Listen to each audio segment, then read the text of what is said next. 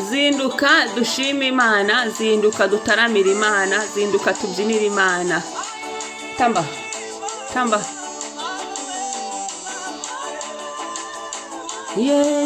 Yesu we mwami we haleluya. Zinduka utambira Imana, zinduka ushyira Yesu hejuru, arakwiriye. Shimwa Mana, shimwa Mana, shimwa Mana.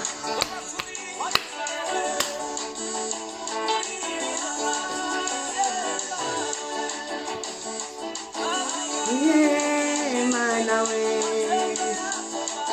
haleluya. Dina haleluya.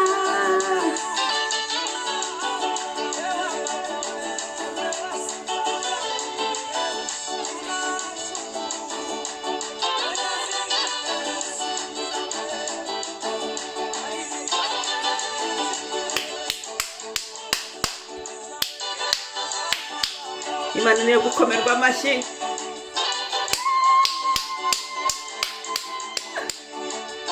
Tamba tamba tamba tamba tamba tamba. Uzi kurinda Mana, uzi kurinda. Yego Yesu nakwiturika Imana we,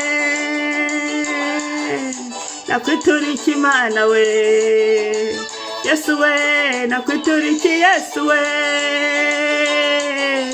nakwiturika, Yesu we.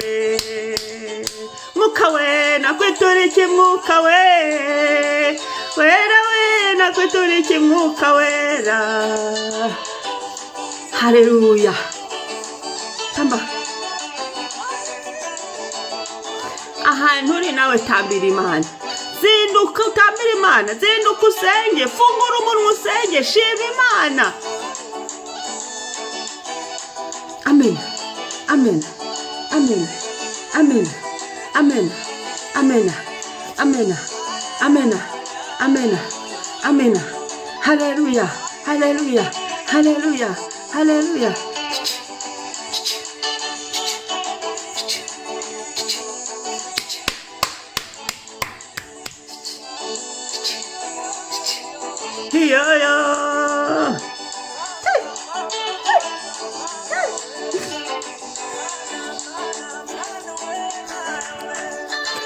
Nagushimiye Mana, tambirwa ibyaremwe byose biguhimbaze Mana.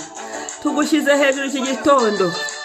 Shimwa Mukiza, shimwa Munyembabazi watubabariye ibyaha, shimwa wowe wadukuyeho urupfu rw'iteka, shimwa uzi ibyacu, uzi ubuzima bwacu, uzi hazaza hacu. Nuduhaye uyu munsi ukongera ku myaka yacu yo kubaho, ku minsi yacu yo kubaho. Nushimwe ibihe uduhaye, imbabazi utugiriye, ubuntu bw'umunsi, neza yawe Mana. Abari kumwe nawe bazaba amahoro gusa. Shimwa Mwami, shimwa kubw'amahoro y'umutima, shimwa kubwo kubabarirwa ibyaha, shimwa kubw'ineza, ubuntu. Shimwa Mana, icyubahiro kibi cyawe. Haleluya haleluya amen. Reka dusome ijambo ry'Imana, Ingoma za mbere igice cya 16 umurongo wa 36. Ingoma za mbere igice cya 16 umurongo wa 36 aravuga ngo Uwiteka Mana ya Isiraheli singizwe uhereye kera kose ukageza iteka ryose. Nuko abantu bose baravuga bati amen, basingiza Uwiteka. Reka natwe iki gitondo tuvuge ngo Uwiteka Mana, Mana yacu, Mana yaduhaye Yesu, twebwe bacungujwe n'amaraso ya Yesu Kristo, isingizwe uhereye kera kose ukageza iteka ryose. Nuko kandi twikirize tuti amena. Dusingize Imana, dusingize Imana ukwezi kurashize, dusingize Imana ko yarinze imiryango, dusingiza Imana ko yarinze abagore n'abagabo, dusingiza Imana ko yarinze urubyaro rwacu, dusingiza Imana ko yaturindiye mu rugendo rw'agakiza, dusingiza Imana ko yaturindiye muri iyi si mu gihe nk'iki, dusingiza Imana ko yaturinze ibyaduhigaga byari byinshi, dusingiza Imana ko yadufashe amaboko, dusingiza Imana ibyo yaduhaye, dusingiza Imana ko yaduhaye agakiza, yaduhaye Yesu, dusingiza Uwiteka. Haleluya! Umwami ahimbazwe, Imana ishyirwe hejuru, Uwiteka yamamare, Uwiteka kandi arusheho kuganza muri byose. Natwe iki ni igihe cyo gushima Imana. Ukwezi kurashize, Imana yakoze iby'imbaraga, Imana yarahabaye, ntacyo dushinja Imana, ntacyo washinja Imana ugihumeka. No muri iri joro yahabaye, iki gitondo yahabaye, ntacyo washinja Umwami, ntacyo wamugaya. Yakoze iby'imbaraga, yaturinze, yaturindiye aho turi buri wese n'igihugu aherereyemo. Umwami Imana nahimbazwe. Imana yakoze iby'imbaraga muri uku kwezi. Imana ndetse yagiye ikora n'ibyo tutamenye. Hari ingabo nyinshi umuntu atamenye Imana yatanze. Hari ahantu henshi Imana yagiye itabara tutamenye. Hari ibintu byinshi Imana yagiye ishyiraho tutamenye. Ariko turashima Data wa twese ko yagiye yitamurura muri byinshi ahantu henshi. Ibyo bidutere kuririmba, ibyo bidutere kuzamurira Imana icyubahiro, ibyo bidutere kuyishima no gushyira hejuru ijwi, tumanika amaboko, tuyiramya, tuyishima, tuyisingiza. Uwiteka Imana y'Abisiraheli isingizwe. Twebwe ntabwo turi Abisiraheli, ahubwo twebwe tuba abana b'Imana biciye mu maraso ya Yesu Kristo. Niyo mpamvu tuvuga ngo Uwiteka Imana y'abacungujwe n'amaraso ya Yesu Kristo isingizwe, uhereye kera kose ukageza iteka ryose. Nuko abantu bose baravuga bati amena, basingiza Uwiteka.